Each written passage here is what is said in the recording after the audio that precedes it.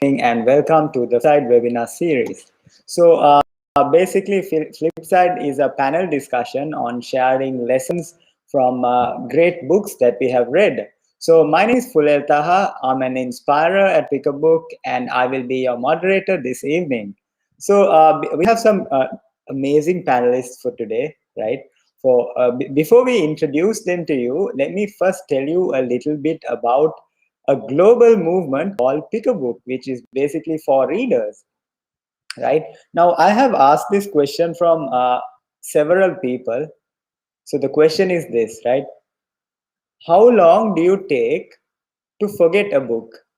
Now, let's say I usually read a self-development book. I take about a month, and then I forget the entire contents of the book, unless it was really memorable, right? So a lot of people have the problem of forgetting most of the content that was on the book, right? So Pick a Book offers a unique solution to that. So how we do that is we get our members to read a book, research on it thoroughly, and present a summary, right? So they say the best way to learn is to teach somebody, right? So by presenting a summary, you're actually teaching, you're imparting a wealth of knowledge to the audience, right? This also helps to improve your presentation, communication, and public speaking skills, right? So this is what Pick a Book is all about. And uh, if we were to talk about the origin story of Pick a Book, we had really humble beginnings, right? We started off as an office activity, believe it or not, right? So there were two who were very enthusiastic about reading. So they would gather and they would discuss the book that they had read previously. So this quickly became an office activity, and from an office activity, it went on to become a public session, right, where anyone could join. So from being a public session, it went on to become a global movement, right?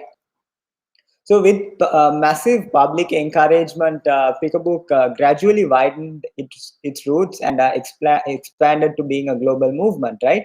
So that is a little story on Pick a Book. So like I told you, we have two amazing panelists for today. So our first panelist is the lovely Zara from the Embassy Club. So she is an electrical engineer of CEB. She's also a member of the Toastmasters International and IESL, right? And a winner of the IET Young Woman Engineering Award in Sri Lanka 2019. And she is an MBA holder of OUSL Sri Lanka. So welcome, Zara, to the Flipside series. It's a pleasure having you on board. Thank you very much, Fulel. So we also have another exciting young man. His name is Jayaranga. So he's a final year graduate of the University of Kelaniya, right? And he's following a management special degree in finance. So his passions include comparing and public speaking, right? And he's a huge fan of beautiful music. So I would also like to welcome Jayaranga to the stage. Jayaranga, welcome on board. Hi, Fulel. Good evening. Thank you for that beautiful introduction. Hope I'm audible. Yes, you are audible. Hello. So, yes, Jayaranga, you are audible. All right. So today's books are Ikigai and Eat That Frog. Two very, very interesting books, in my opinion. And I'm sure most of you think the same. So let's dive right into the question. So as they say, we'll let the lady go first. So we'll talk about the book Ikigai, right?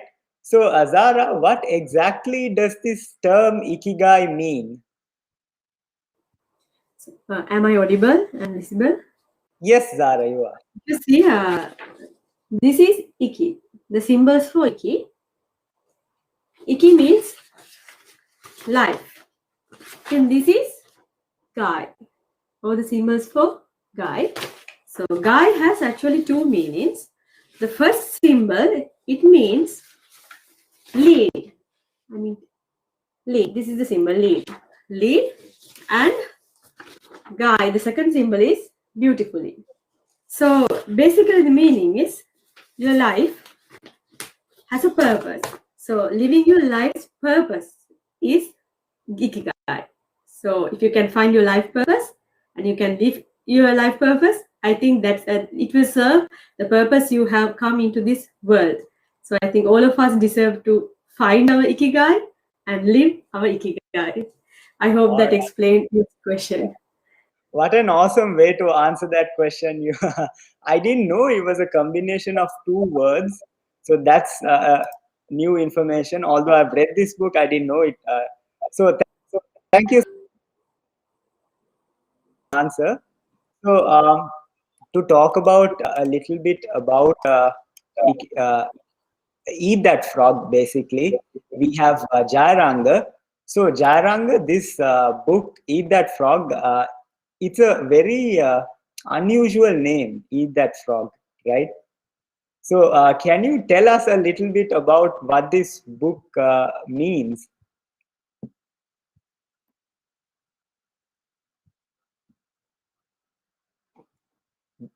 Jayaranga, I think we can't hear you. You're not audible. So yes, am I audible right now? Yeah, now you are. Yes. So as you, even in at my first time, I was like quite confused hearing this name, Eat That Frog.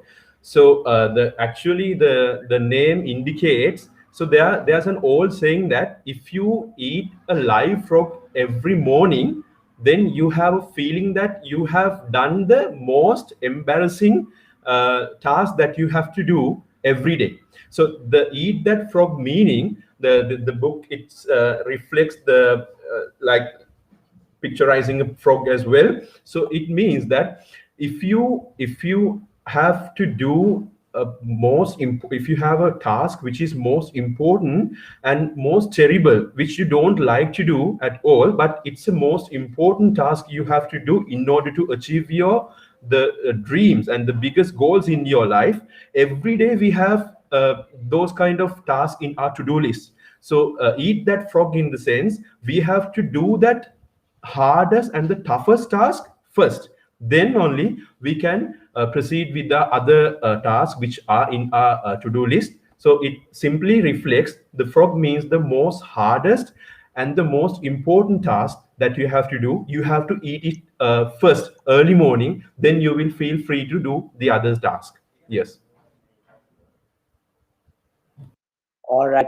Thank you so much, Jayaranga, for that amazing answer. I have not read that book, Eat That Frog, but I honestly was curious as to why this author named it that way. So thank you, Jayaranga. So let's dive into the Ikigai also. So Zara, we've been to a lot of presentations and a lot of discussions about this book. This book is world renowned, right? So in another discussion, I heard that Ikigai focuses on anti-aging and longevity, right? So what does the author of the book Ikigai have to say about living longer and longevity, basically? First of all, he starts with explaining about blue zones in the world.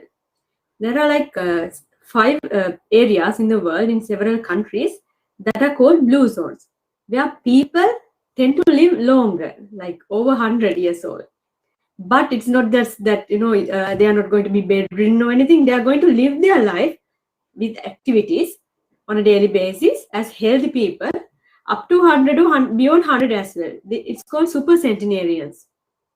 So one of those areas are Okinawa in Japan. When you look closer, they have a kind of a different lifestyle from us. First of all, the author talks about stress. I mean, some amount of stress is good for us, but having a stress for a long time, like chronic stress, it will cause a certain chronic disease in us, even cancer sometimes, cancer or high blood pressure, sugar, things like that.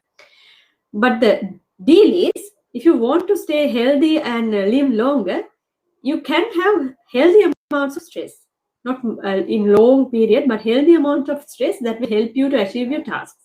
The other thing is 80% of your appetite. If you are hungry, they always recommend eat until you are 80% full. That is a key recommendation in this book. Also, sitting for long hours will reduce your lifetime. So, unfortunately, these days we are forced to sit for long hours, but it is highly recommended to keep walking, doing something in an active manner so that the blood will circulate in your system and you will be healthier. But if you sit for long hours in front of a screen like us, for example, definitely our lifetime is going to be reduced. The other thing is food, the food that we take, nutrition. So it says eat the rainbow in this book. If you read it, you will find the chapter where it says to eat the rainbow. That means include like fruits and vegetables that have different colors, because these different colors stand for different kind of like nutrients, vitamins, proteins, things like that. So there are so many tips, and even some meditation and exercises, including yoga, where it is recommended to implement into life to extend your life, but not in in an unhealthy manner, in a low healthy manner. And it also focuses on not retiring early. I mean, you can retire from your job after the certain age, maybe 45, 50, 60, but after retiring, it doesn't ask you to, stay still. Life doesn't end there. You can serve your purpose even after retiring. So they say in this book, the author says, never retire. All Keep right. on doing the things that you love. Thank you, Zara. There are some pretty amazing insights on this book, especially when you said eat only until you're 80% full, and about sitting for long at pickup. So we have Rajiv, right? So Rajiv actually read this book, and he bought a iWatch, right? So every 15 minutes he gets this notification saying that he has to stand and stretch. So that's how this book has impacted us in a daily basis. So thank you so much, Zara, for that amazing answer. So let's dive to the Eat That Frog book, right? So Jairanga, now this book is by a really great author, right? Named Brian Tracy. Can you tell us a little bit about this author? Yes, the Brian Tracy is an amazing speaker, not just an author. He has you know he has done his speeches and presentations for more than 250,000 people around the globe, and he has written more than 80 books. And those books are phenomenally successful, and most of the readers love Brian Tracy because each and every book he has written has something to beyond the other authors, where his books are sold, breaking the records. So he's like such an amazing author, and he's a presenter and lecturer, not just an author, but yes, actually he's a great author. All right. Thank you, Jaranga. And I'm sure Zara was nodding her head also. So we all know Brian Tracy. I think he's called the sales guru. Uh, Yes. yeah. So thank you so much, Jaranga. A great choice of book, by the way. So yeah, let's also talk about the book Ikigai. Now, Zara, you said that this book is based on a concept found in Japan, right? So, is there anything else that is so interesting that we can learn about the Japanese lifestyle from this book? It's definitely Japanese. Most of the time, I don't know whether others, but in this Okinawa, particular area called Okinawa, they have a very interesting lifestyle. They are more into getting together and moving with the people, getting together socially, and it is believed that it helps them to share the resources.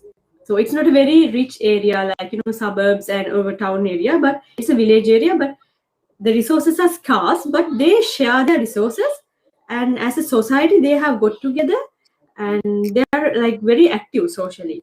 And it's said that they greet anyone they meet like a brother, even though they met them for the first time. And apart from that, there's another interesting concept that I found from this called the Nikon therapy. And the Nikon therapy is actually it's a kind of perspective how to deal with any problem. Now, for example, if you're having a problem with someone, a personal issue, maybe a grudge with someone, so you can meditate on that and to resolve that conflict, because most of the time initially if you are angry with someone, you will want to like react and go and either hit that person or scold that person or take revenge or something like that. But in this book they are talking about this Nikon meditation. So you have to think, what have I received from that person? Is it a good thing or a bad thing? Then you can think next, what have I given that person? So I have received something, maybe positive or negative from for example, maybe from Fulel. Then what have I given to you?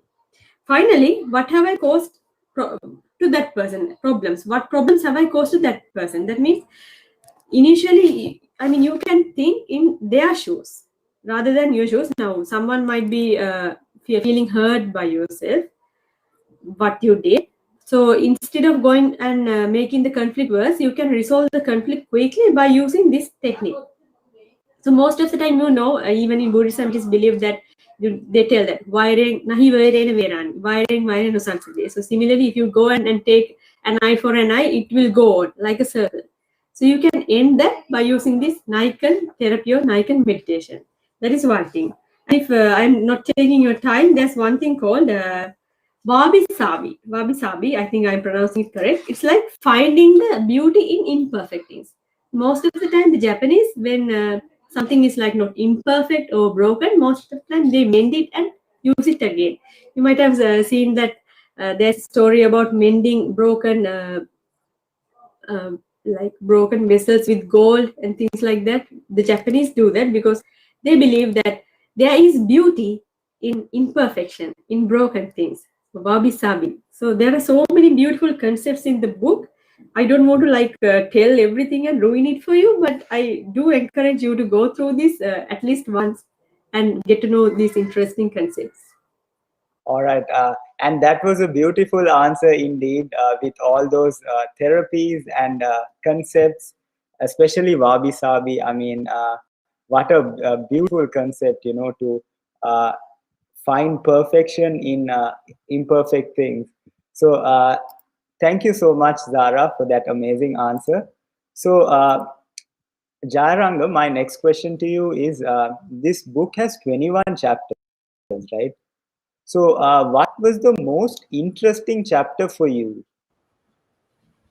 Yes, Fuller. So this book is whole package of learning. First of all, I must say that, even though it includes 21 chapters, the language which Brian Tracy has used is very simple. Even a small child can read and understand these lessons, the learnings in this book, right? So throughout the book, every chapter is, I think, it's phenomenally important, but which I prefer mostly is that there are some chapters.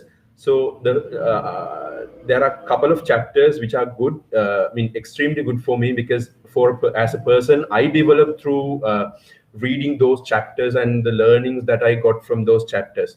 The most interesting chapters that I have is the set the table. One chapter is, the first chapter is the set the table. So in this chapter, Brian Tracy explains and clearly teaches 7 principles a person who needs to set the table before doing any task. So I'll quickly go through those chapters. Am I audible right now? Yes. All right. So the first step is decide exactly what you want. Either decide, and the second is write it down, think on paper. right? Think on paper is the most important thing. And the third one is set a deadline on your goal and set sub deadlines as well. Most of us, we do maintain a to-do list and our bucket list, but we don't stick to specific deadlines. Well, even if you go and ask from a child, if you ask the ambition of that particular child, he would say, one day I want to become a doctor or engineer or whatever person he would love. But in those ambitions, in those targets, they don't give specific timelines. But here the Brian Tracy says, for each and every goal that you have to make deadlines and plus sub deadlines as well, and organize the list into a plan. Organize yourself is the fifth step, and the sixth step is take action on your plan immediately. So what we do is, so I used to have a long list of bucket list and to-do list as well every day. But at the end of the day, I haven't done anything. It has just stick to a certain a list, right? But he says, immediately, don't just take much time to think. Just try to start. Then once you start, only at the very first 10 minutes, you will feel motivated to do more and more. Likewise, every time you have to stay focused and immediately take actions is also an important thing. And the seven and the last step he has set the table chapter, resolve to do something every single day that moves you toward your major goal. Right? Every day you have to do something before going to the bed. You have to think twice whether I have done some adequate amount of task to achieve my main goals. In that to-do list or in your bucket list, you might have a lot of things to do, small minor things to do, but at the you have to make sure that you have done something every day to go for your goals. Right? So that's the first interesting chapter I went through. And the second chapter is apply the 80-20 rule to everything. Apply the 80-20 rule to everything. So it's also a very good chapter. Most Fulel, also you might have experienced the same situation where we do have lot of work, to do the things to do in the to-do list, but we prefer doing the most easiest thing first, right? Rather than going for the most important and the most impactful work which are in our to-do list. What we do is at the very first morning, we do the most easiest thing, and we feel we feel free to postpone the most hardest and the most impactful task. So we keep postponing. So here in the apply 80-20 rule, he says, always try to do the most important and the impactful things first. That's why throughout the book he says, eat that live frog first. And if you have two ugly frogs, try to eat the ugliest one first. It means always, again and again, he mentions, always try to do the most terrible but very important task first. Then you will be able to achieve your goals much easier and faster, right? And even in our to-do list, most of the activities are not that relevant. Those are key sub activities, but imagine there are 10 activities that you have to do, but out of those 10, only 2 to 3 piece of work would help you to achieve your main goal. So he says, try to finish those 3 or 2 to 3 work first. Then you will automatically feel free to do the other stuff. And that's the apply to 80-20 rule for everything. And one catching chapter is the technology is a terrible master. This chapter, it teaches every one of us a good lesson, because these days, as we are stuck in home and we are doing online work and we are working from home, most of the time we are in front of the desktop or laptop or PC, or most of the time we are in front of a screen. So he says, technology is a terrible master. In one hand, technology is good because it teaches a lot of things, because we don't need to go out and staying at in front of a screen or a laptop. We can learn, we can connect with the whole world. But at certain point, technology is a terrible master where it kills our creativity. He says that every week you have to take a good break out, turn your turn your laptops and mobile phones and put them away and take a good rest. And even in a day, you have to take a good 1 hour break of out of all the technological equipments, right? So use that time to make do some exercises, regular exercises, and engage with your family members and talk to your friends, because these days it's really important to have that connection. So these chapters are the most important chapters, I felt personally, because through reading these chapters I learned a lot. And practically I did the technology is terrible. After reading the technology is terrible master chapter, I also practically implemented that. And once I did that, only I felt that during the first 2 hours of morning, I don't even touch my mobile phone, right?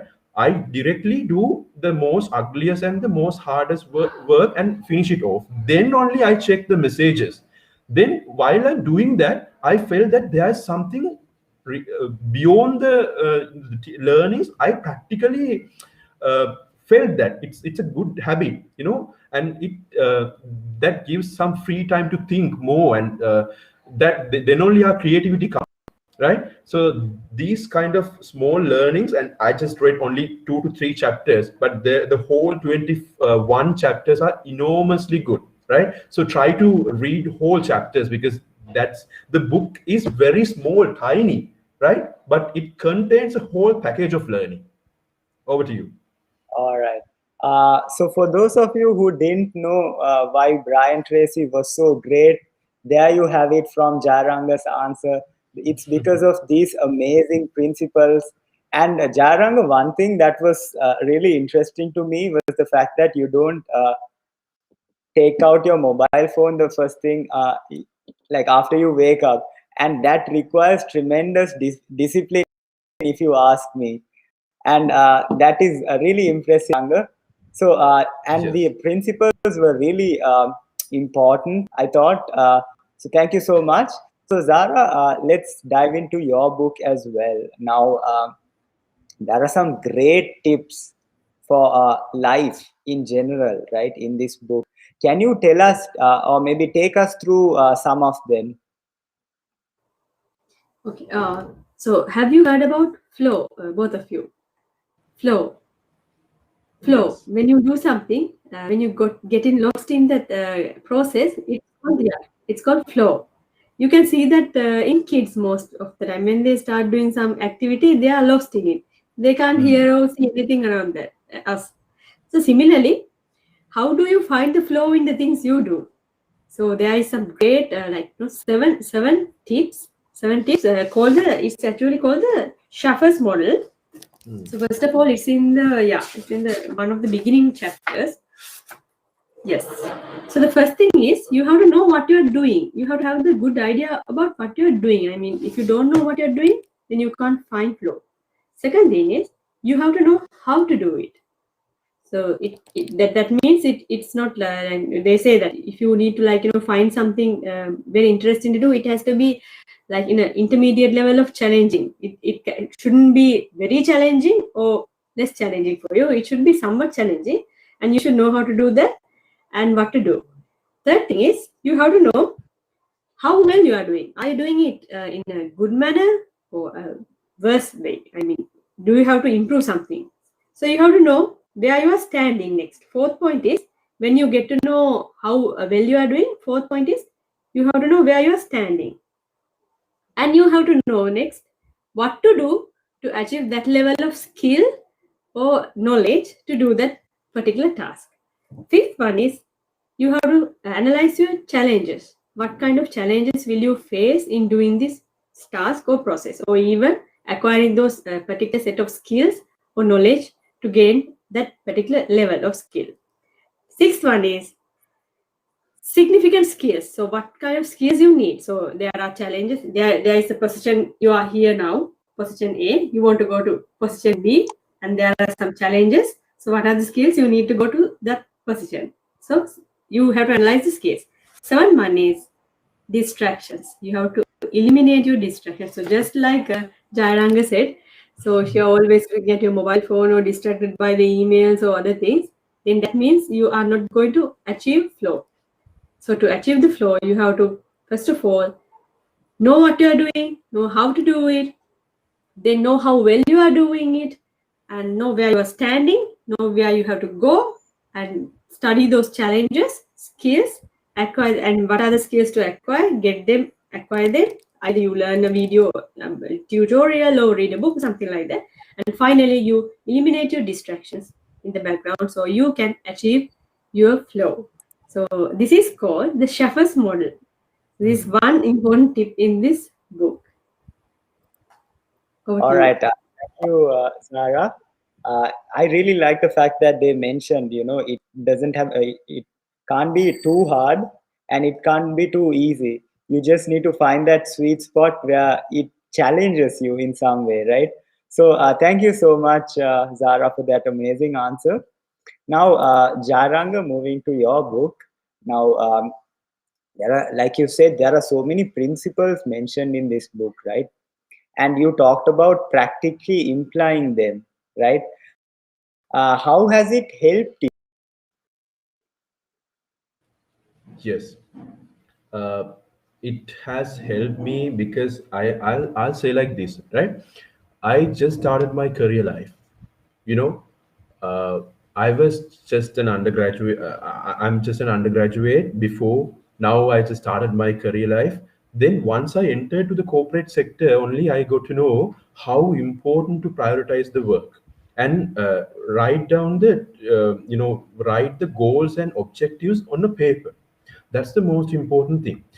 Every day we get hundreds of emails and calls when we are working, but so sometimes we tend to forget some things which are essential to do, but at the end of the day we haven't done that an important thing. So I get scolded from my line managers, and sometimes with my friends. So I thought, no, there should be something which I also should notify that I've done this thing and that. So I started earlier. I didn't write the things. My all my objectives and to-do list was on my inside my mind, right? So sometimes I tend to forget. So once I started to write all the things and goals on a paper, and dividing into separate to do work, and again subdividing into separate work. So I felt easy to maintain that flow. Then I didn't miss anything, right? And always, as I said before, the before joining the corporate sector, and even in my even in my uni times. I mean, now we are working from home most of the time, and our lectures are also going online. But when I was with my friends, and when I was in lectures, I used to use my mobile phone. So I'm not concentrating 100% to the lecture, or I'm talking with my friends. But after reading this book, I thought of giving up all those stuff and only focus on the stuff. And once I did, or once I have done the task, only I go and watch the updates that I have received, right? And not only that, in this book, it says how to prioritize the work that you have, and apply the 80-20 rule. It's also a most important thing. And plan every day in advance is also an important thing.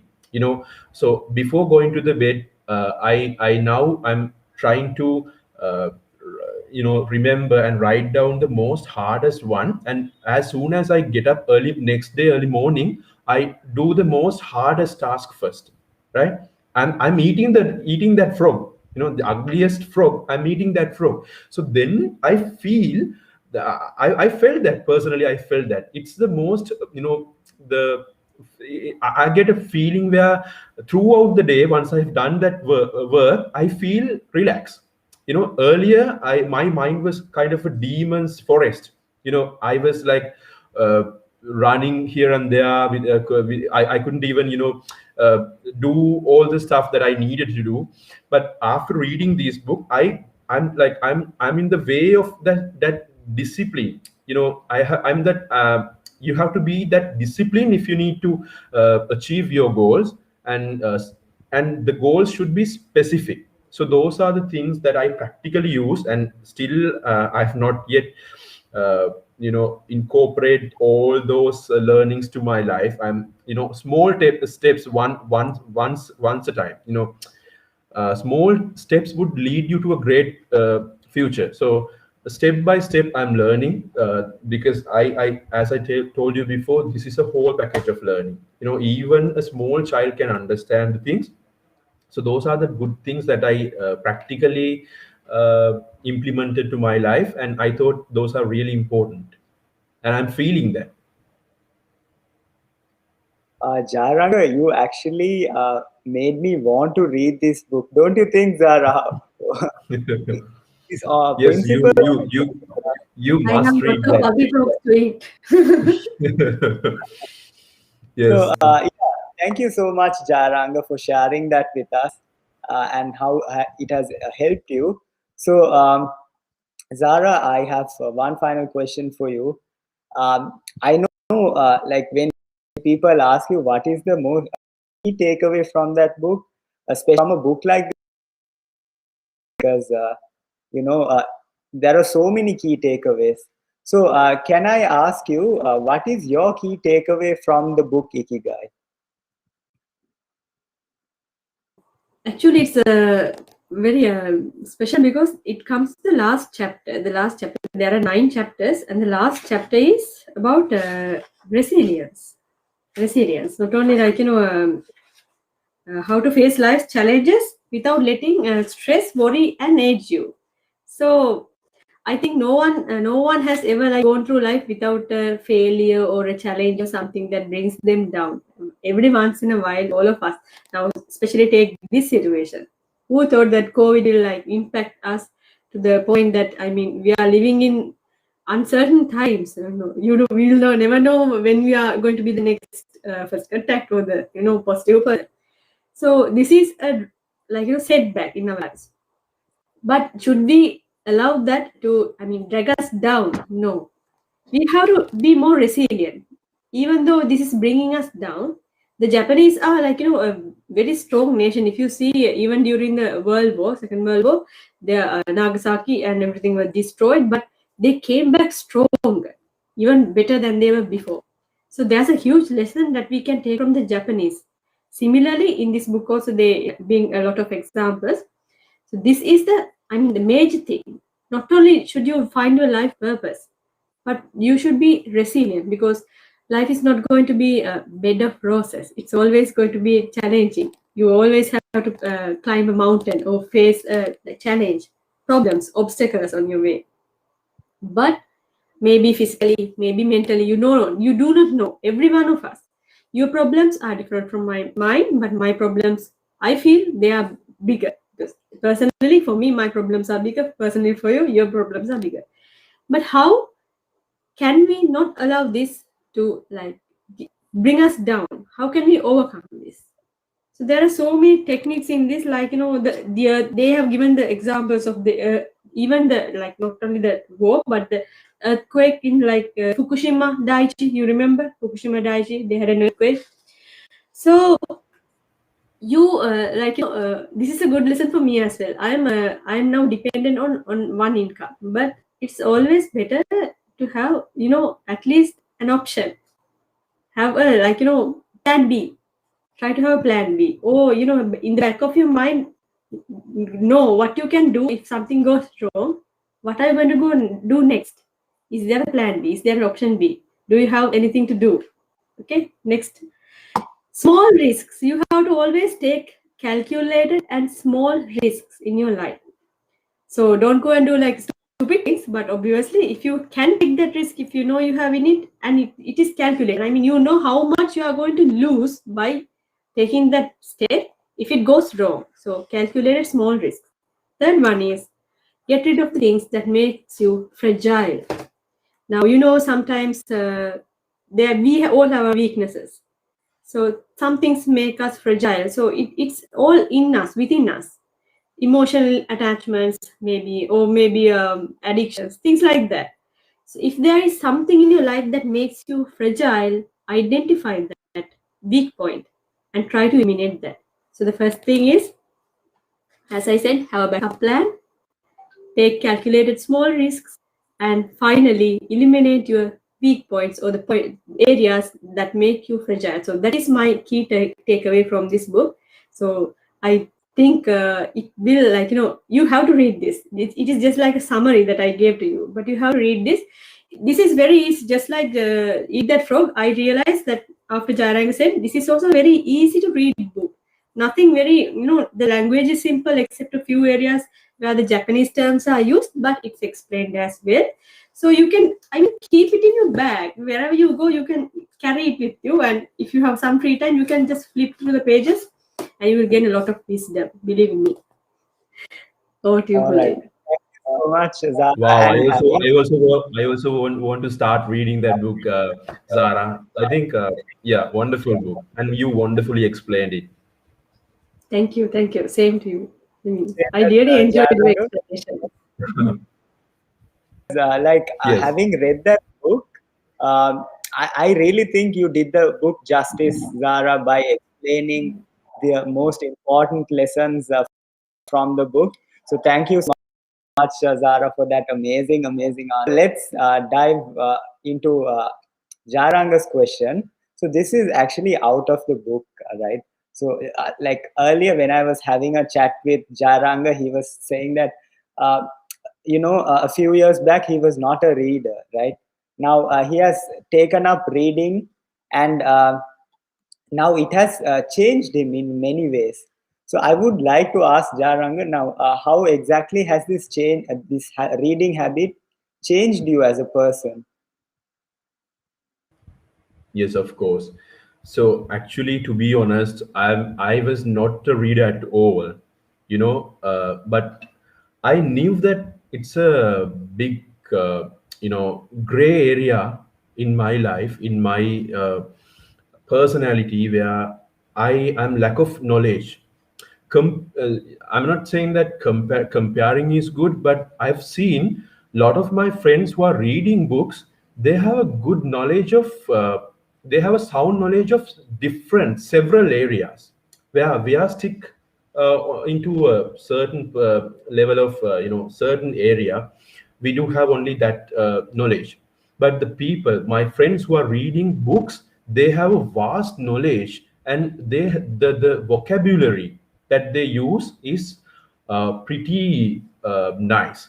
When we are speaking as public speakers, or when we are presenting a presentation in our uni, or whatever the presentations we do in our corporate lives, the way we present it, yeah, the way we speak really affects. So we need much, if we have a good vocabulary when you're speaking, so it adds little colorings to the speeches and the presentations. So reading is a good habit. Once I started only, I got to know that this is a wonderful thing. I'm sharing a tip with you. I'm writing. Could you remember the early days back in your childhood? We used to write dictation words, so likewise, still I'm doing that. I'm practicing that. I started it again because I thought I'm lagging behind than good speakers, and I'm lacking with a good set of words. So I'm now writing 10 words, 10 good words every day, and the meanings of, and practice before going to the bed. So those things would help me, and through reading only I got all those stuff. And I'm still, I just started I just got into the process. And actually, to be honest, I have to mention the club as well, because I knew that that's a gray area of my life. So I was searching a place where I can improve the skill, right? I need to I need someone who can inspire me. So because I was not reading books at all, but when one day like this, I was watching a video on Facebook, Flipside webinar series. There I got to know these kind of persons who are actually passionate on reading, and they have a good connection bond between them. So I thought of going and joining that club and having that experience, and I thought I'll be able to be a good reader one day. And it actually worked for me, actually, to be honest. And Pick a Book is not just a club, it's kind of a family, I would say, because every time we are like a family, we work together, and everyone is so supportive. And each time we can not just reading, we can listen to others presentations as well. Through that as well, we can get some knowledge as well. Not just reading, we can just listen. Through that, we can build in the listening skills, and building a good network among people. And all of the club members are not just the humans. They are very special, and they are very talented. So being among those kind of people would make us the next best person as them. So those are the key takeaways that I took from the club. So reading habit is a great skill that you need to improve. Then only you can be a good speaker, and you can become a good person one day. So Pick a Book has helped me a lot. So I think I have to be thankful to the club. Yes, over to you. Thank you, Jaranga, for sharing your with us. I mean, for me also, like I was an introvert, believe it or not, right? So if you were to come and ask me a year back to do a flip side, I would have said absolutely no, right? So, and believe it or not, like reading actually helped me change my perspective on this. It made me want to try new things. It made me want to improve my skills, and made me, it pushed me out of my comfort zone. And here we are, I mean, talking about books and inspiring people. So it's only fair that I ask Zara also about her experience on how reading has helped you. It's true. I really like, I have to give a loud round of applause for Jayaranga, because he has started early. He has started the habit, a good habit, a lifelong habit that is going to help him and go to places. You are going places. I'm telling you this today. I started a little bit late, in my late 20s. But after starting to read, I realized how much I have been missing. I have been so stupid to miss this kind of knowledge that is inside these books. So I started initially with books like Power of Habit by Charles Duhigg, and then the last lecture by Randy Pausch and things. There are so many things that you can learn from these books.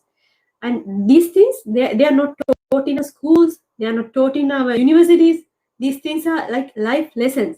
When you read a good book, it's like you are talking with a good friend. You can learn a lot from a book.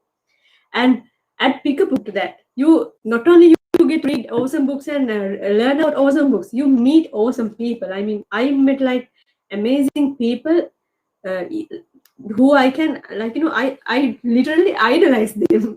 They are my idols. I look towards them, the way that they are performing in not only in the club, but in the society. There are life coaches, there are trainers, there are people who make a huge impact in other people's lives. So being an engineer, this opened up a different level of different view on life actually. So I was stick to my job and stick to the things that I do every day on and day off. But after joining Pick a Book, it gave a huge impact to my life. And I know I know that I'm not going to go away from Pick a Book. I'm always going to stay, because just like Jaranga said, this is a family. Just like, so sometimes even closer than my own family, because there are these crazy ideas that come into our mind after we read a book. So who are we going to discuss about them? So we have a WhatsApp group in our club. So even 1 a.m., 2 a.m., if you put a message to that, you will find few people awake.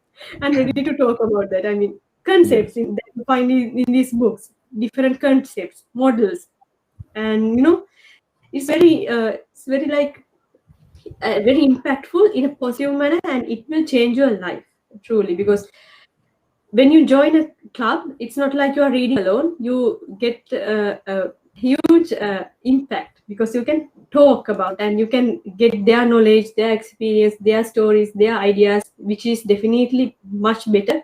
Like you say in Sinhalese, there is a saying that the frog inside the whale. So you mentioned about the frog today, eat the frog. So instead of being Yes. a frog inside a whale, you can go out and expand your view, expand your horizons. So it's a huge thing. So I have to thank actually the founders and the co-founders of Picabook. Thank you so much. I mean, I could relate to it. Like as someone, like when you join a club, they all want to see you do better, right? And it's such a nice feeling to see that they genuinely want the best for each and Yes. every one of us, right? Your point, Zara, like recently I read this quote on Instagram, okay? It said, "You haven't really lived until you have changed someone's life." Okay, and at Pick a Book you really get that opportunity to inspire someone, and that feeling you get, right, when someone comes up to you and says, Zara, you have changed my life, Jaranga, you have expanded my perspective. How awesome does that feel, right? Yes, It of gives course. you satisfaction as well. So that is what I have also experienced at Pick a Book. And with that, we have come to the end of our session. I have thoroughly enjoyed this conversation. I remember looking at the clock. I thought it was 7 o'clock. Now it's 7:53. I didn't notice time going by so fast. So thank you so much, guys, for selecting really amazing books and insights from them. Thank you, Jarang. Thank you, Zara, for sharing your insights on them. And I would also like to thank our audience for their support and positive feedback on today's Flipside session. So, if you would like to know more about Pick a Book, please visit www.pickabook.club or contact us on 077